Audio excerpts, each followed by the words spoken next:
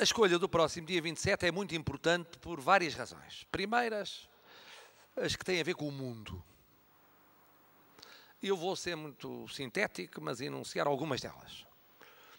Estamos a assistir ao início de uma fase de mudança na geopolítica mundial.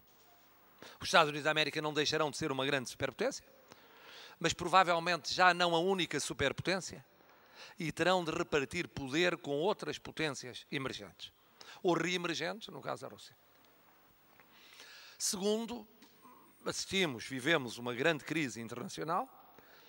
Os Estados Unidos da América parece que estão a sair da crise, a começar a sair da crise, mas a saída da crise não é uma realidade neutra.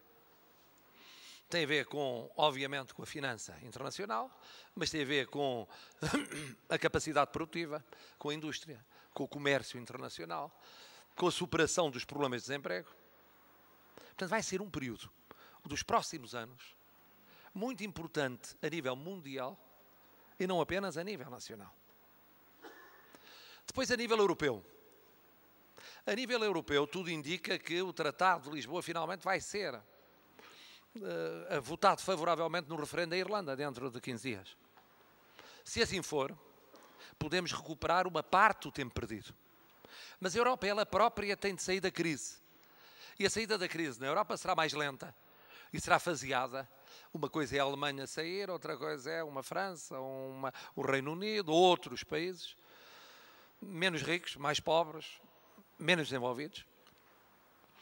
E é um grande desafio para a Europa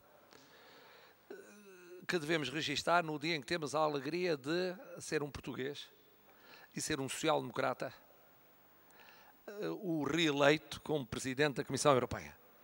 Quem ouvisse o Primeiro-Ministro de Portugal ouviria naturalmente o louvor a um português, mas quase que teria a impressão de que, por um triz, o Primeiro-Ministro português diria que ele era socialista, ex-dirigente do PS e ex-líder socialista.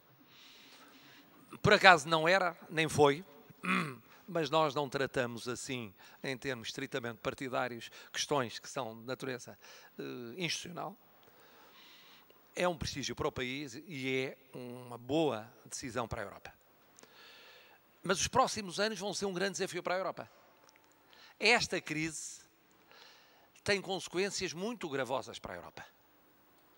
Porque, a ver os últimos indicadores, a China está a crescer de forma impressionante. Não sofreu com a crise aquilo que se pensava. A Índia sofreu menos do que se pensava.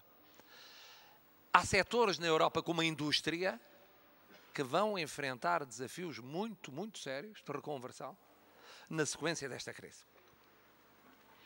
No plano interno, eu não me quero alongar, mas resumiria tudo nisto. Nós vivemos ciclos, desde o 25 de Abril, muito diferentes entre si. Um primeiro ciclo de 74 a 85, marcado pela descolonização, pela democratização, por um moroso processo de aproximação à Europa. Vivemos depois um ciclo de estabilização política, financeira e económica de 85 a 95, de integração europeia, com sucesso, largamente, se não essencialmente protagonizado pelo PSD e pelos governos do PSD, a que seguiu um terceiro ciclo falhado. O ciclo que foi de 95 a 2005, um ciclo em que prevaleceu a governação socialista.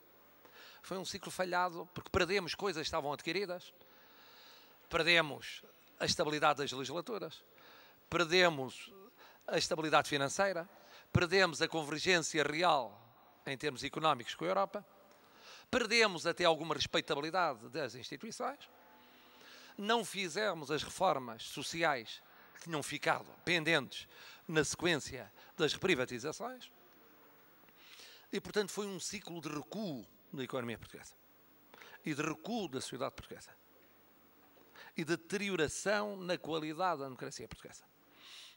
Estamos a viver um quarto ciclo e a primeira fase deste quarto ciclo, a primeira metade, que foi vivida nos últimos 4 anos e meio, foi vivida deixando no final dela alguns aspectos estruturais preocupantes.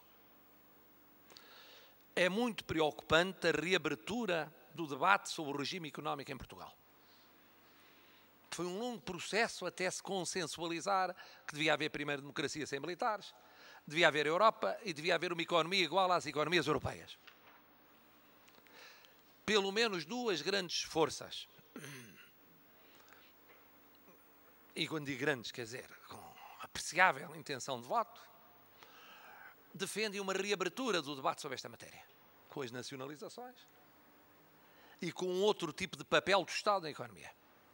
Mas mesmo o Partido do Poder está dividido sobre essa matéria, profundamente dividido sobre essa matéria, e tem, portanto, posições difíceis numa matéria central para a nossa vivência política, económica e social e para a nossa integração europeia.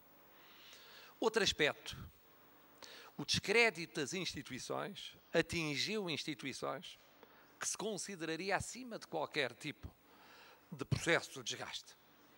O caso último é a Justiça.